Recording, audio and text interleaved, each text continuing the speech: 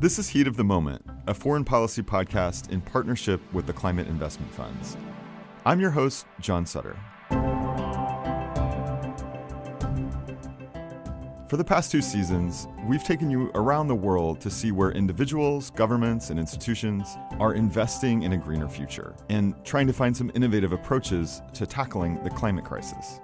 We're going to continue that this season, following reporters on the front lines where change is already underway. But this season, we're adding a twist to our reporting. We're focusing on one very important aspect of the climate crisis, this idea of a just transition, that we have to transform society as well as the way we produce energy in order to deal with the climate crisis.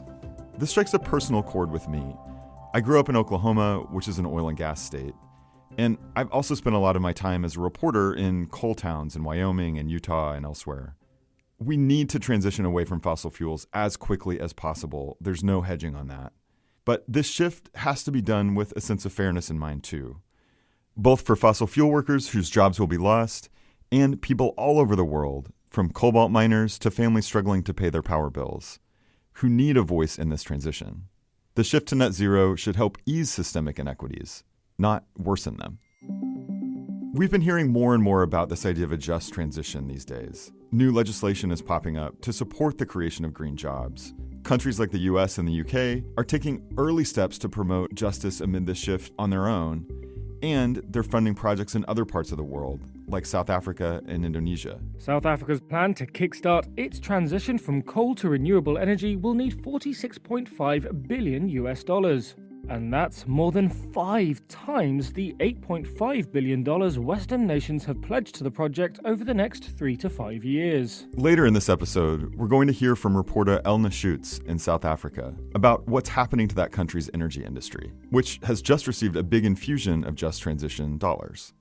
The idea of a just transition often is associated with coal miners and other fossil fuel workers, whose jobs are going away as we move to cleaner energy sources like wind and solar. Racing to go green, the mining industry weighing the potential impact of President Biden's green energy push. Workers in the industry are beginning to worry about the fate of their jobs. But this is a topic that's so much bigger than that. As we'll hear throughout the season, this concept encapsulates broader ideals of righting past wrongs. Wrongs like racism or sexism, colonialism and classism. It is an issue of fairness for future generations. Anyone who has children, anyone who has grandchildren. That's Benjamin Sovacool, a researcher and energy policy professor at Boston University and the University of Sussex. The United Nations estimates that 80 million jobs are at risk of being lost because of global warming by 2030. And most notably, that's happening in the global south. The risk of doing nothing to address these challenges is huge. So I think it raises these really pesky issues of, well, who is to blame? And who should do what? Who's responsible in a situation like this? Is it historical emitters like Europe and the US? Or is it going to be the future emitters? 80% of future greenhouse gas emissions by end of century will be developing countries. They won't be the US and Europe. So who? Who should do it? And that's where this idea of a just transition comes in, making sure that the changes that are taking place to move away from fossil fuels aren't just benefiting the wealthy nations. Well, justice is great, but you also have to ask justice for whom.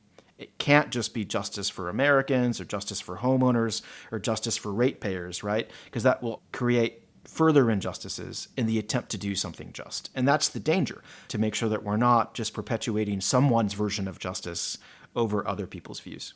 What's like a tangible case study that you look to, as you're thinking about this idea of a just transition? Like I've asked a number of people about other points in history where like a huge shift in an economy took place. And I have never heard like a great example of where that transition happened and it was done in a just way, or where that was really like a big part of the discussion. I'm wondering what you look to in terms of like helpful case studies, either from the past or like things that are going on right now that just maybe aren't applied as widely as they should be.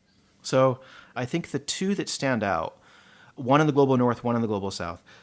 England ran a really nice program to eradicate fuel poverty called Warmfront, which saw millions of UK homes get out of energy poverty in a 5-year period. And it was targeting low-income homes.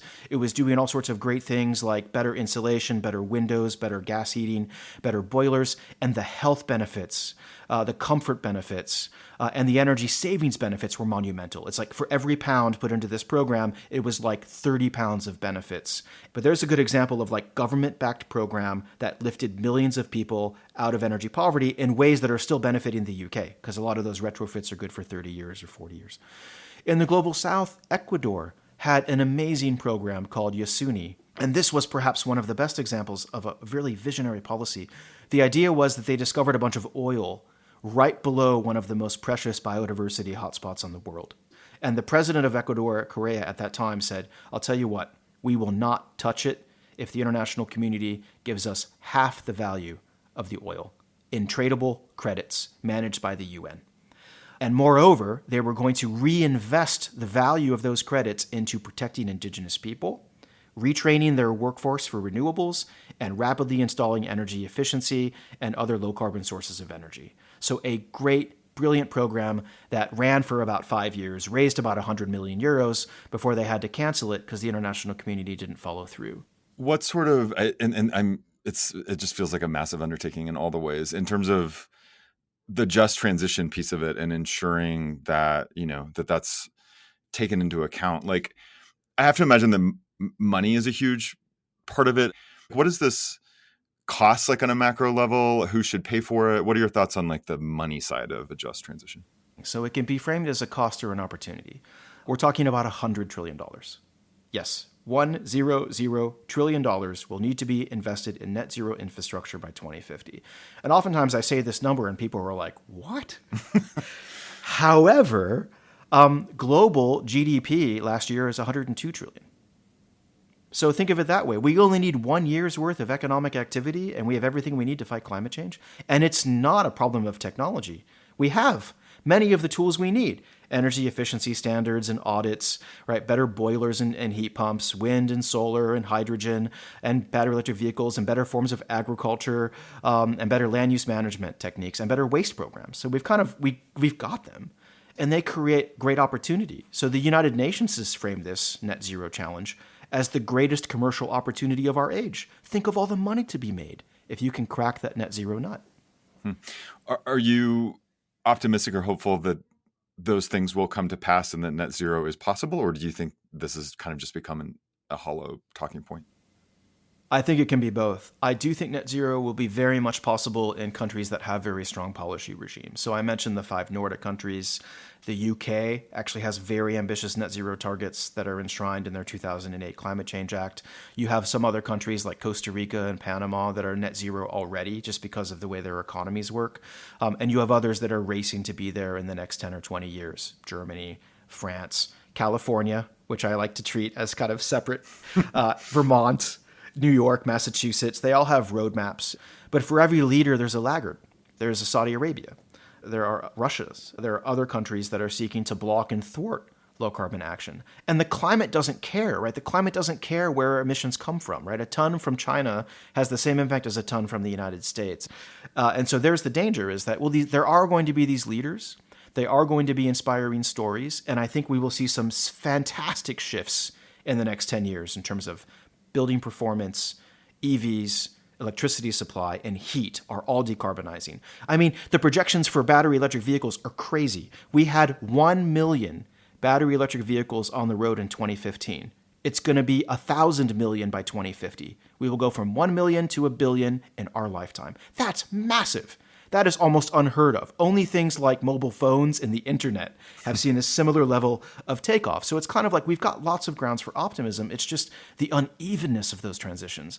The fact that they won't occur globally, and they're predominantly occurring in the global north. And we still have a world, unbelievably, it's 2022. I'm still waiting for my moon colonies and flying cars. And we still have a world in which 800 million people don't have any electricity. And 2 billion people cook with solid fuels. 2 billion people cook with the same technology that was around when Jesus Christ was walking around this earth 2 millennia ago. So I think that's the issue. How do we also transition this global south to electrify and adopt modern lifestyles, which they need for their health and for their progress and for their happiness, without damaging the climate? And now for our feature story, we turn to South Africa. South Africa is one of the first testing grounds for just transition policy. 4/5 of that country's energy comes from coal, but policymakers there are trying to change that. Here's South African President Cyril Ramaphosa talking about this transition recently.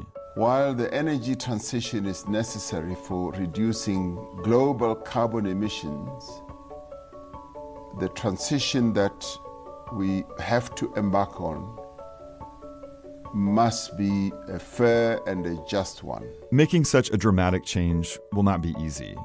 So we wanted to know firsthand what it's like for a community when its main economic driver shuts down. This fall, we sent reporter Elna Schutz to South Africa's coal country. Her destination was the town of Komati, where a plant operated by Eskom, South Africa's leading coal producer, had just closed. Komati is a small, quiet town in rural South Africa in the Mpumalanga province. Really small. The kind where chickens run in between the houses, which are all older brick buildings and look a bit the same. Everyone seems to know each other, and the guest house I stay in even performs a welcoming song for me.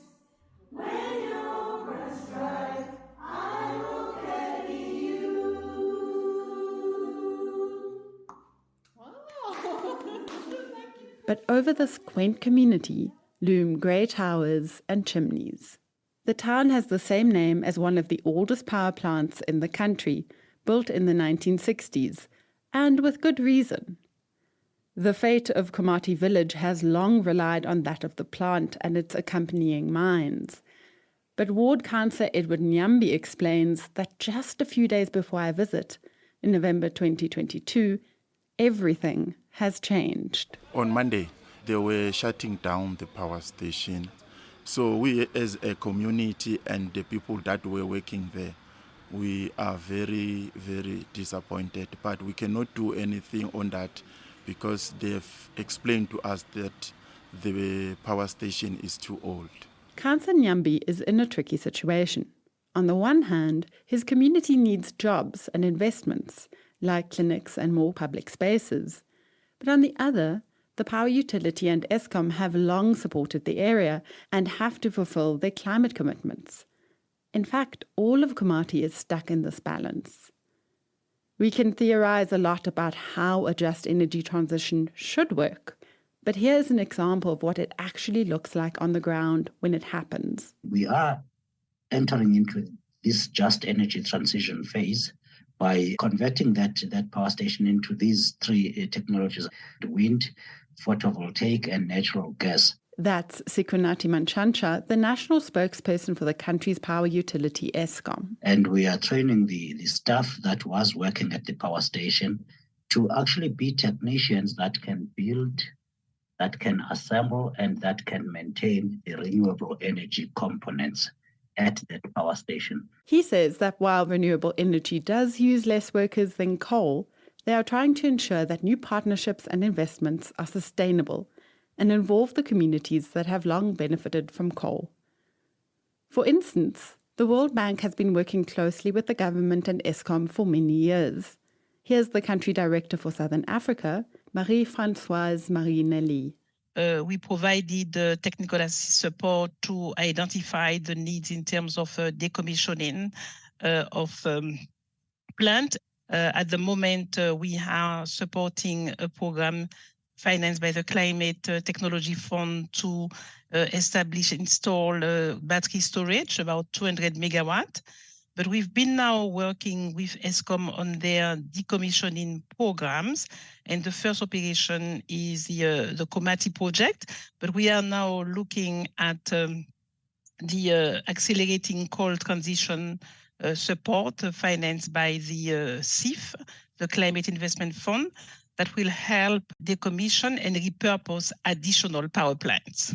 Eskom has a formal just transition team that's looking into helping in multiple areas. Some of the strategies for Mpumalanga include leasing Eskom-owned land to renewable independent power producers and improving power station infrastructure like transformers to unlock more capacity. Of course, there is the coal station repurposing, but Eskom is also planning agreements with the mobile communications industry around virtual wheeling, which is basically a way to link renewable power producers with end users.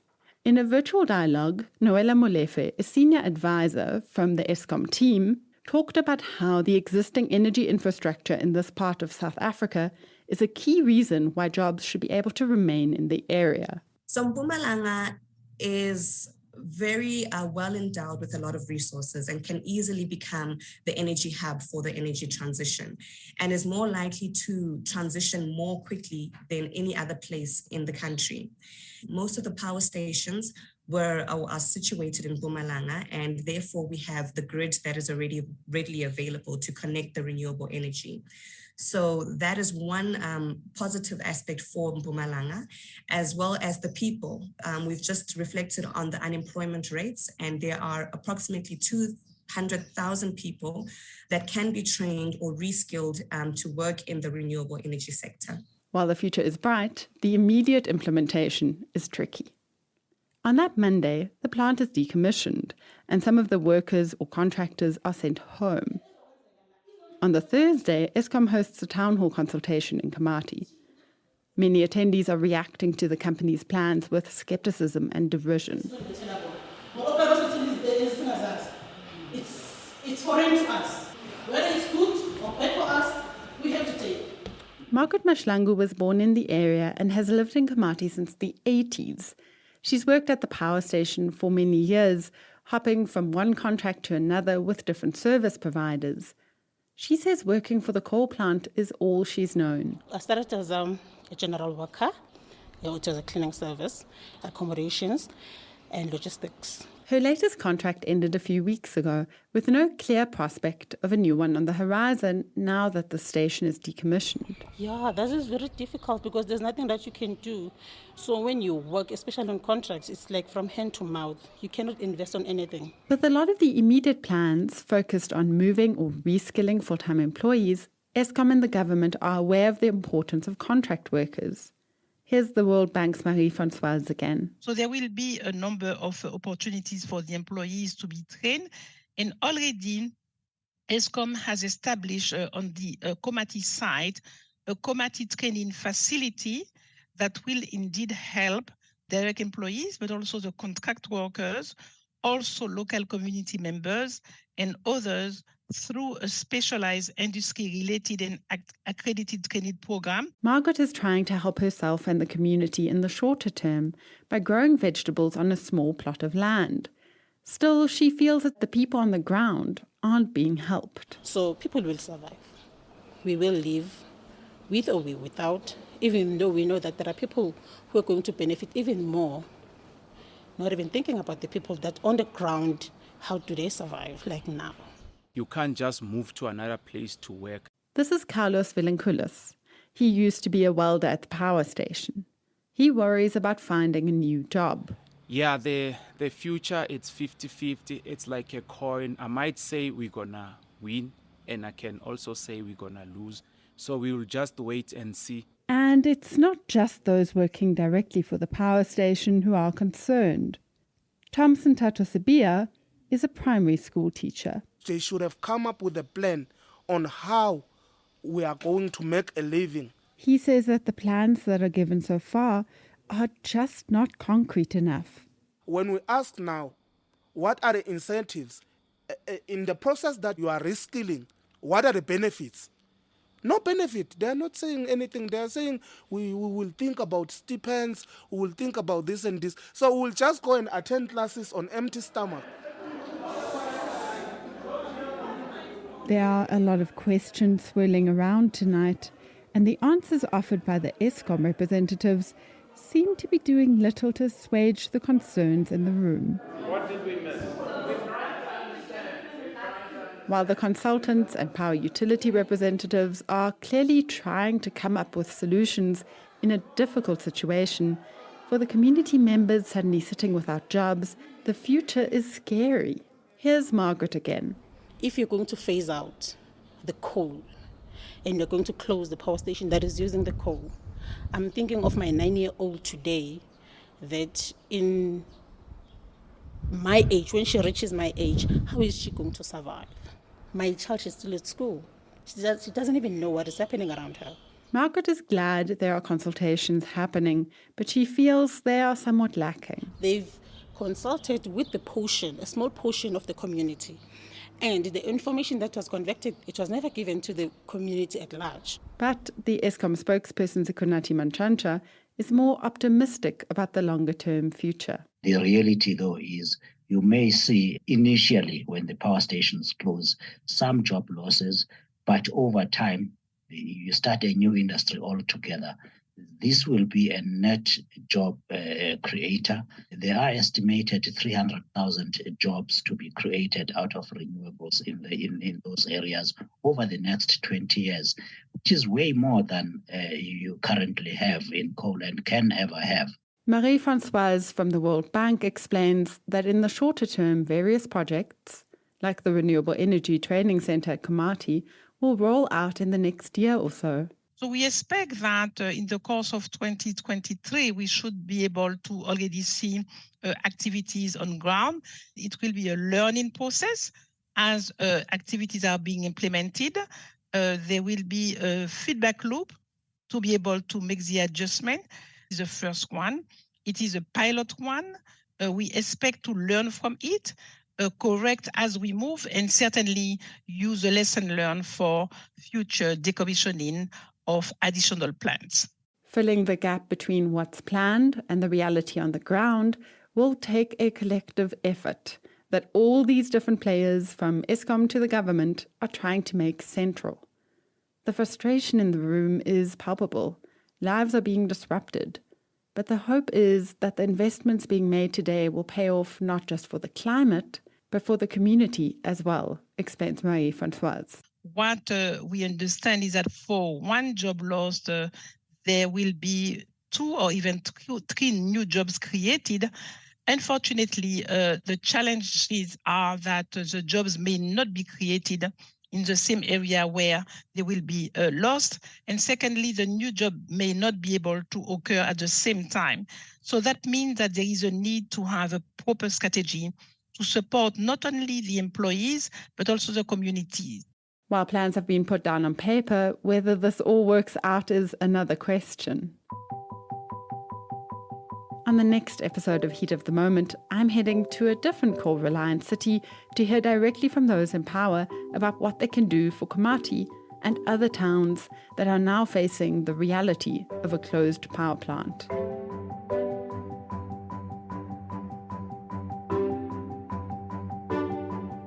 As you can hear from that reporting, there are passionate voices on all sides of this issue. Real lives are being affected, and there's no solution that will appease everyone, of course. The transition away from fossil fuels is essential for stabilizing the atmosphere and planet. It has to happen, and it has to happen as quickly as possible. But there's an increasing recognition that fairness must also be part of this shift as well.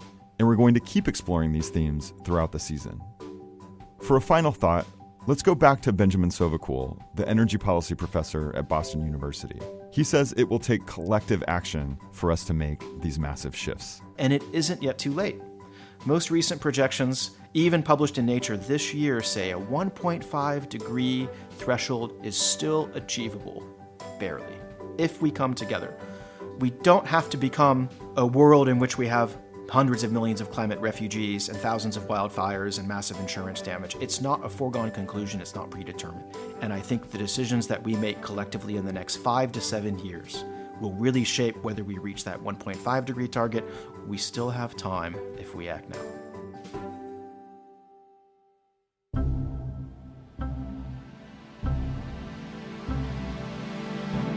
Next week on Heat of the Moment, we sit in on a town hall meeting in South Africa, and we hear what it sounds like when multiple voices are vying to be heard. It's not a few people sitting in central planning offices thinking about what needs to happen. It has to be something that happens from the bottom up. That's next week on Heat of the Moment. Heat of the Moment is a partnership between Foreign Policy and the Climate Investment Funds. Our production staff includes Rosie Julin, Rob Sachs, Scott Andrews, Hugh Seawright, Dan Efron, Laura Rossbrow-Tellem, Claudia Tatey, and Yurei Wu. The Climate Investment Funds is a nonpartisan champion of climate action, political views and opinions expressed in this series do not necessarily represent those of the climate investment funds, foreign policy, or their partners. Until next week, I'm John Sutter. Thanks for listening.